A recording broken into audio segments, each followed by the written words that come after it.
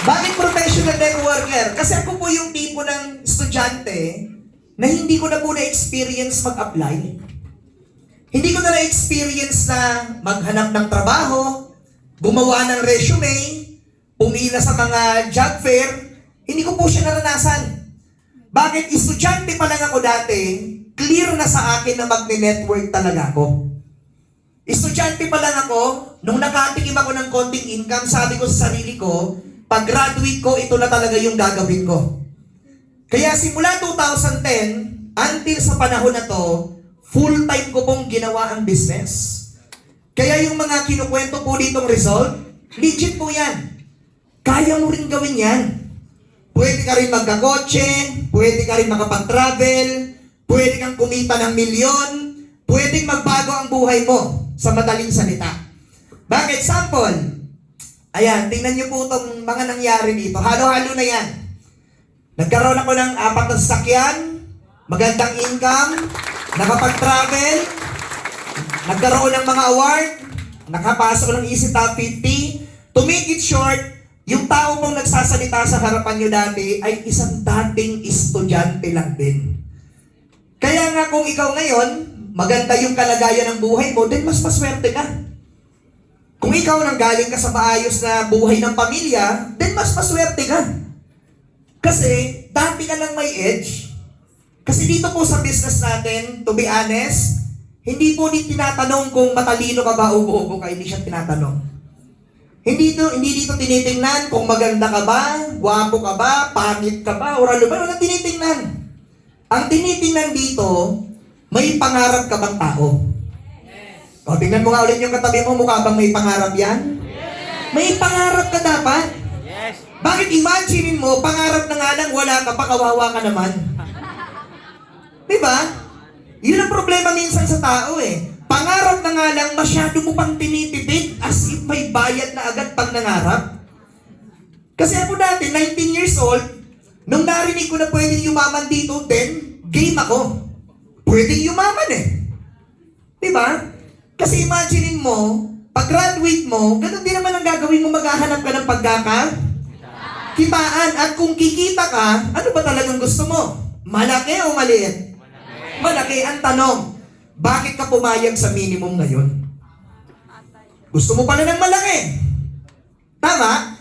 Kasi ako dati, nung narinig ko po sa Bicol, ang minimum wage dati, 2010, 247 per day. Nung narinig ko pa lang yung 247 per day, ang sinabi ko agad sa sarili ko, hindi bagay sa akin yan. Ayaw ko niyan. Sabi ng mga kamag-anak ko, sa Manila, mas mataas, mga nasa 500 plus, hindi pa rin bagay sa akin yan. Pang 6 figures ako, pang 7 figures ako, yun ang gusto ko. Kayo, yun din ba yung gusto ninyo?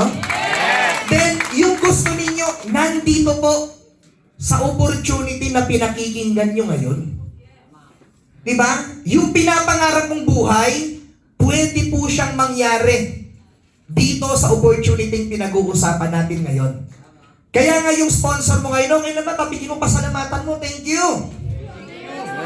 Pasalamatan mo. Dapat nga ikaw yung magpamerienda sa kanila eh. Dito ba yan? Imagine mo, ikaw na nga pinakitaan ng opportunity, ikaw pa yung pinakain. Tama ba? So dapat ikaw magpamerienda dyan.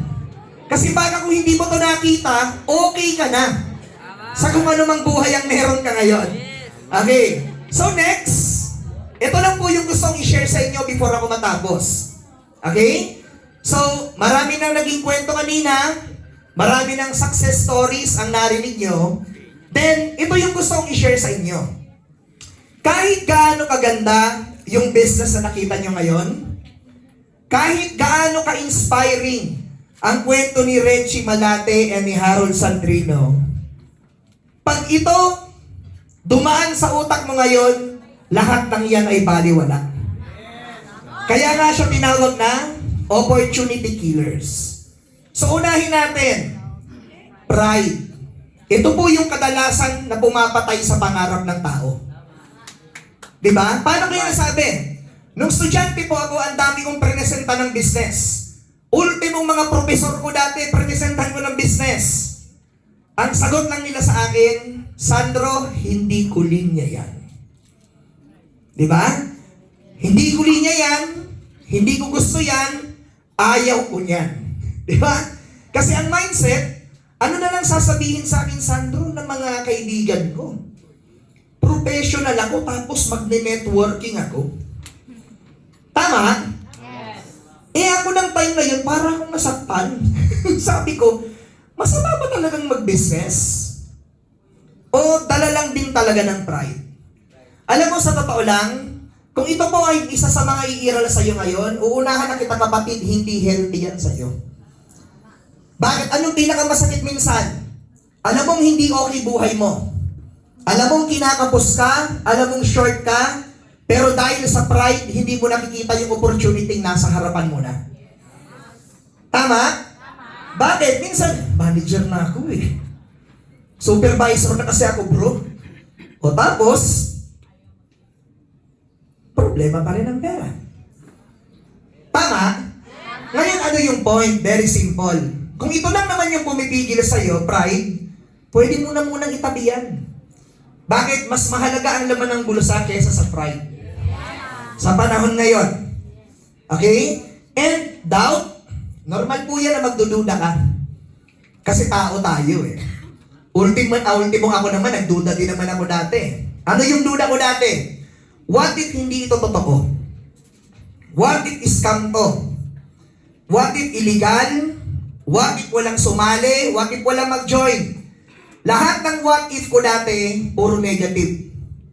Tanong, kung yun ang mga what if mo ngayon, anong mapapala mo? Wala din. Tama? Wala din. Kaya nung na-realize ko yan, pwede mo namang gawing positive yung duda. What if maganda to? What if legal to? What if kumita ka? What if magkakotse ka? What if maging milyonaryo ka? Makapag-travel ka? Magbago ang buhay mo. Di ba duda rin yun? So be careful kung ano yung duda na nasa utak at nasa puso mo ngayon. Bakit? Alin man sa dalawa, tama ka. Kaso lang ang tanong, gusto mo ba yung duda na yon? So ako dati, ginawa kong duda positive dapat. Pwede yan, kaya yan. Kasi every time po na nakakarinig ako nagkukwento dito, nakaka-inspire ba? Yes! Nakaka-inspire. Nung time na nakikinig ako na member na ako, medyo tinatamaan ako ng konting duda. Pero pag nakakarinig ako na nagsasalita dito, lagi ko pong sinasabi sa sarili ko, kung kinaya niya, alamang kaya ko rin. Tama. Diba? Nagawa niya, magagawa ko rin. Diba? Yumaman yan, yayaman din ako. Kumita yan, kikita rin ako. Nagkakotse yan, magkakakotse din ako.